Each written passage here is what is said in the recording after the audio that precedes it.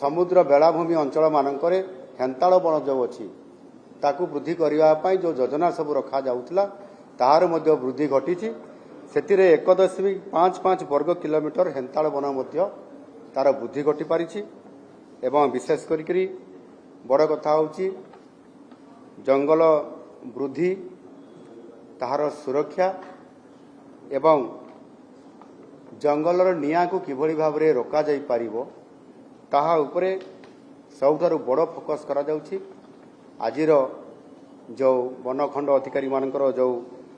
सम्मिलन चली सम्मिलन गोटे बड़ फोकस करा जाई पारी एवं विशेष करिकी आम ये जंगल विभाग तरफरु वृक्षरोपण कार्यक्रम को आम प्राधान्य देइछु एवं गत आर्थिक वर्ष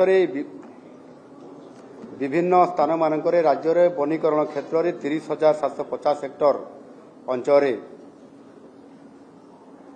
विभाग पक्षरु पाखापाखि 2 कोटी चारारोपण करा जाइछि। यह निश्चित भाव में गोटे जंगल विभाग बड़ सफलता कहुई पार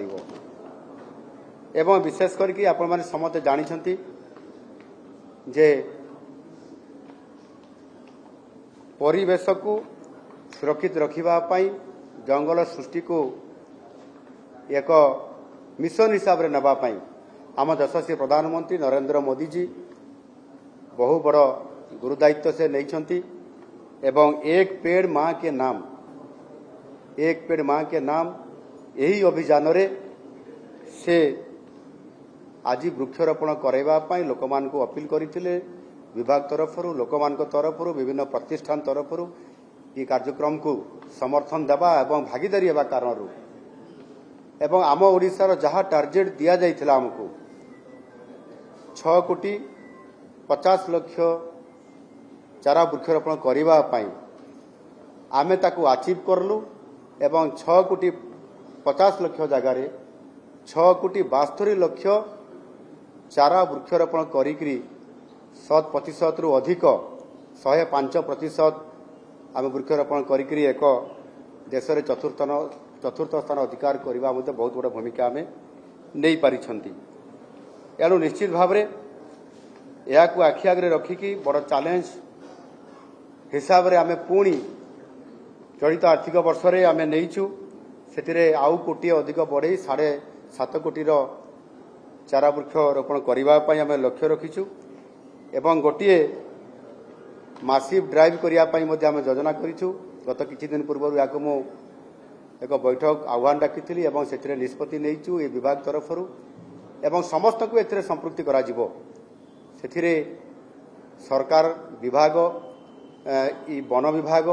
ता सहित सरकार विभिन्न विभाग स्कूल कॉलेज प्रतिष्ठान अनुष्ठान एनजीओ एवं तांको सहित मध्य व्यक्ति विशेष रे समस्त को इन्वॉल्व करा जिवो एवं प्रेस मीडिया भाई मान को मध्य संपृक्त करा जिवो एवं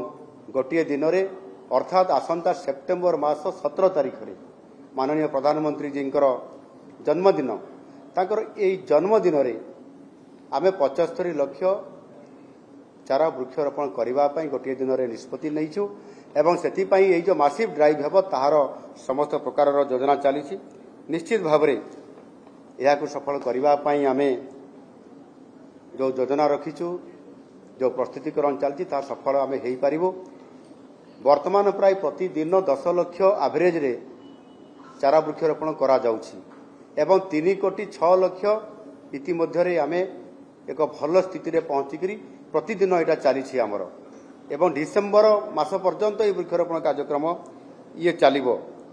एवं आमर जो लक्ष्य रही 2036 जेते बड़े आमर स्वप्न और आमर संकल्प रही जे आमे समृद्ध ओडिशा गठन करिवु आउ सेते बेले मध्य ये विभाग तरफरु आमे सबुज ओडिशा गठन करिवा पई जो आमे योजना रखीचु संकल्प नहींचु ताको निश्चित भाव में आमे पूरण करिवु आ सेति पई ये विभाग तरफरु माननीय मंत्री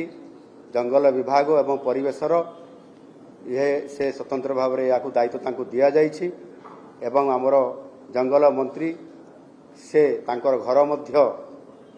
से मयूरभंजर शिमिलीपाल अभयारण्य एवं अभयारण्य सुरक्षा सहित सारा ओडिशार जंगल सुरक्षा सहित नूतन वनीकरण करिकरी एक जंगल सृष्टि करने क्षेत्र में वैप्लविक परिवर्तन आने जहाँ सरकार निष्पत्ति नहीं आमर मंत्री गणेश बाबू ताहार नेतृत्व नौछंती मु आशा करी निश्चित भाव में ये क्षेत्र में ओडिशा भारत वर्ष में स्वतंत्रता लाभ करिवो स्वतंत्र स्थान लाभ करिवो एवं आमे संपूर्ण भाव में जो जलवायु परिवर्तन होउची एवं विश्व तापन अर्थात ग्लोबल वार्मिंग होउची ये क्षेत्र में मध्य बहुत बड़ गोटे आमे कंट्रोल करबा पई आमे बड़ पदक्षेप नौछु ताहा द्वारा आमर बड़ कामटी आमे सफलता नहीं पारिबो बोली मु आशा करूची। भारतर एकमात्र परीक्षित बायोसार पृथ्वी प्रो माटी को रखे सुस्थ दिए नुआ जीवन धान पनीपरिबा और डाली जातीय फसल पाई लाभदायक अमल बढ़ाए रोग कमाए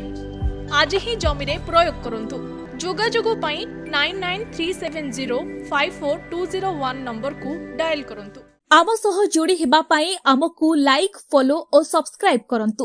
अधिक अपडेट पाई विजिट करंतु आम वेबसाइट thequiver.in।